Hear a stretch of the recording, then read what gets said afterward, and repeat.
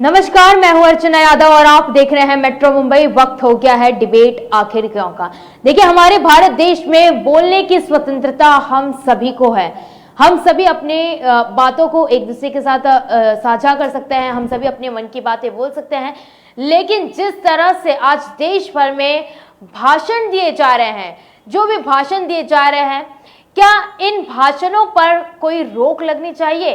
क्योंकि जिस तरह से लगातार भड़काऊ भाषण, विवादित भाषण रोज सुनने आ रहे हैं, क्या इसको लेकर सरकार को सख्ती अपनानी चाहिए?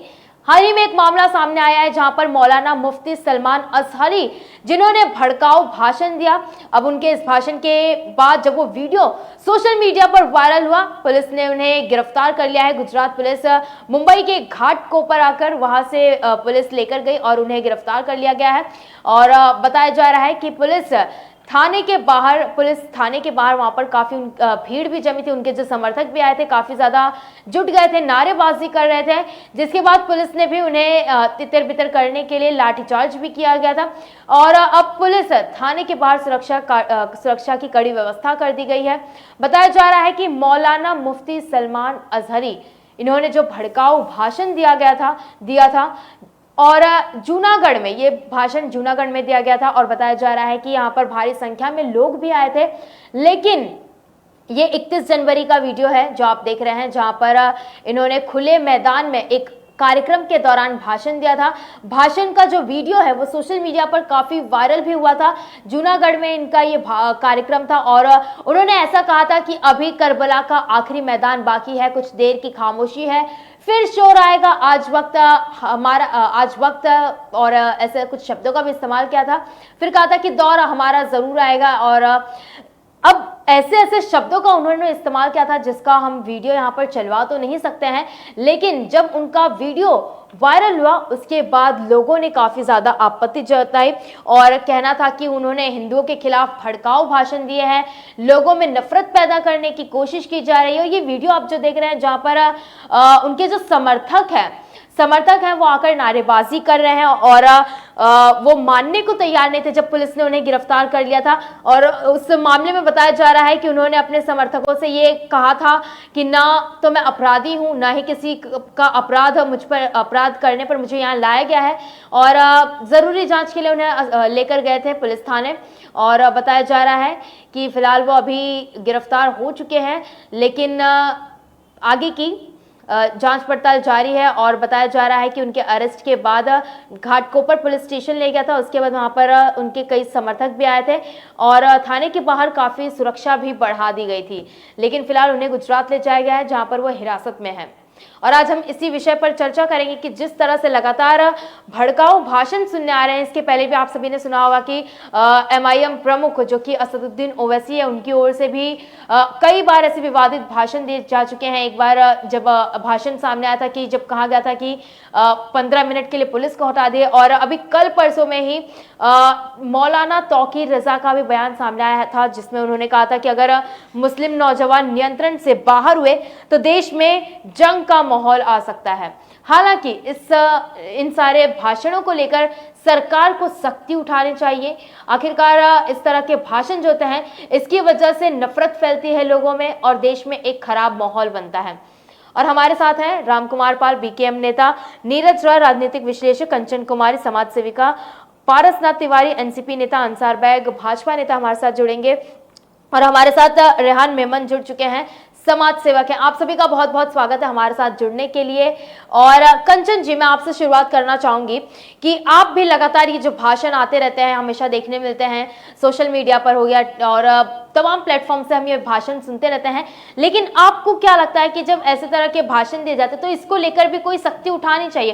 क्योंकि हम जानते हैं कि कोई भी अगर लीडर है, कोई भी व्यक्ति है जो भाषण दे रहा है, इस तरह के भाषण दे रहे, तो उनके जो समर्थक होते हैं वो जरूर इनसे इन्फ्लुएंस होते हैं। और कई बार सुना, अभी मैंने एक एग्जांपल दिया, तौकीर रजा का दिया, असदुद्दीन ओवैसी का दिया, और अभी कल का ही जो मामला है जहां पर मौलाना मुफ्ती का है, ये भाषण वायरल हो रहा है। आपकी क्या राय है इस पर?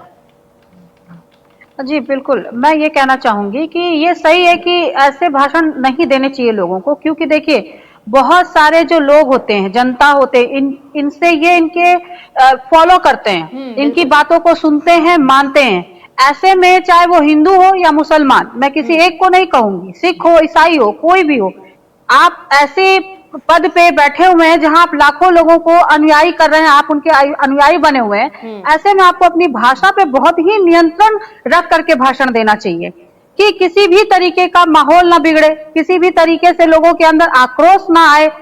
ये सही है कि भाषण देने से लोगों की नींद उड़ाने वाले भी भाषण होते हैं, लेकिन भड़काऊ बयान जो होते हैं, जहां की इस तरीके के बयान जो अभी आज इन्होंने दिए हैं, ये गलत है, इस तरीके से नहीं होना चाहिए। और मेरे हिसाब से कानून को भी इसमें कोई ना कोई बहुत ही सख्त उसमें कदम उठाना चाहिए कि इस तरीके का भाषण कोई भी दे, चाहे वो हिंदू हो या मुसलमान हो, उसको तुरंत गिरफ्तार करे और जो भी इस पर एक कानूनी कार्यवाही हो वो जरूर करना चाहिए।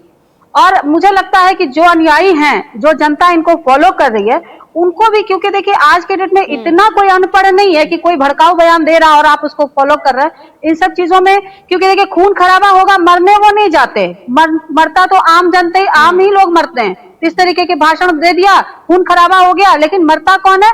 आम इंसान मरता है। माँ बेटी जो रोती है वो किसकी रोती है? आम आदमी के, इंसान की माँ बेटियां रोती हैं। तो ऐसे लोगों को फॉलो करने से बचिए, और जो लोग अपनी जिम्मेदारी को नहीं समझते हैं, ऐसे लोगों को नेता मानना भी नहीं चाहिए। मुझे लग रहा है ऐसा नहीं मानना चाहिए। बिल्कुल। नीरज जी, आपको हमारी आवाज आ रही है? क्या कहेंगे आपकी? अभी जैसे कंचन जी ने भी ये बात कही है कि ऐसे भाषणों पर जरूर रोकथाम लगनी चाहिए, क्योंकि जिस तरह से देखा जाता है कि आजकल इनके बहुत सारे फॉलोअर्स भी हो जाते हैं, और आज जिस तरह से देश में माहौल भी देखने मिल रहा है, तो क्या होता है, लोग जब भाषण, ऐसे कुछ भाषण सुनते हैं तो बहुत जल्दी इन्फ्लुएंस भी हो जाते हैं। अब वो चाहे कोई भी हो, दोनों कहीं से भी बात कर ली जाए, लेकिन ऐसे भाषणों पर आपको क्या लगता है कि सरकार कोई कदम उठाएगी, और या फिर ऐसे भाषणों को लेकर सरकार को जल्द से जल्द सख्त कदम उठाने की जरूरत भी है? क्या कहेंगे नीरज जी? सोचनीय विषय तो ये है कि अब तक उठा क्यों नहीं कदम, क्योंकि पहले बार नहीं हो रहा है, ये पहली बार नहीं हो रहा है। इसके पहले संसद में भी देखा गया था, जहां पर भी जी आपने देखा था, संसद में भी देखा गया, विगत कुछ सालों से देखा जाए या शुरू से भी चला रहा है कि इसको ऐसा लोकतंत्र को हमारे ऐसा मतलब एक हलवा बना लिया गया है कि जिसका जब मन करे, जो मन करे, सो मन करे बोल के निकल जाता है। अब यहाँ पे मौलाना मुफ्ती सलमान अजहरी जी का जो भाषण दिया गया, भाषण उनका यही था कि अभी करबला का आखिरी मैदान बाकी है, कुछ देर की खामोशी है, फिर शोर आएगा। देखिए, करबला जो है ना, सीरियाई देश में स्थित मैदान है जहां पर की युद्ध हुआ था, लड़ाई हुई थी, और 72 लोग उसमें शहीद भी हुए थे।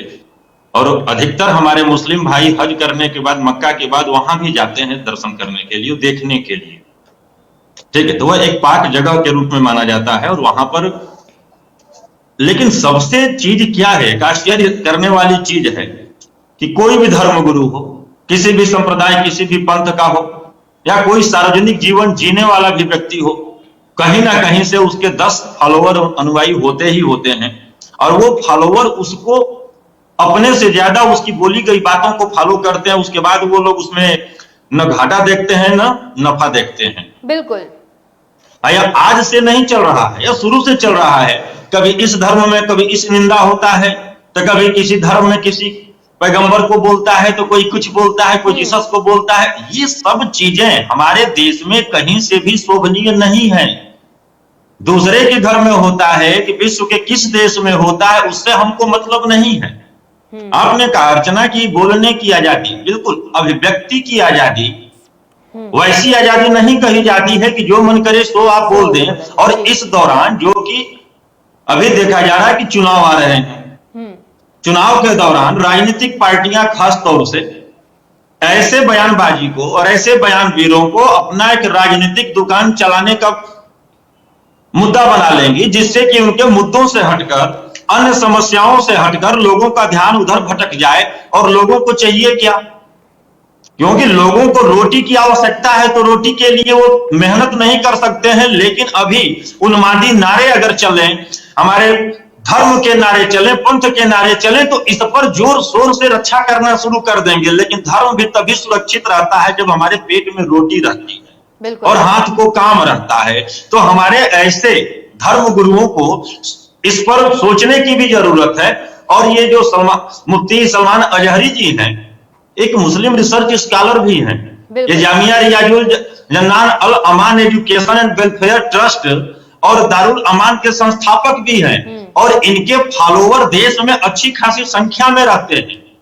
बिल्कुल। तो बताइए, ऐसा मैं इसे बचकाना ही बात बोलूंगा या अपने को और वो पॉपुलर करके ऐसे उन्मादी बात बोलते हैं।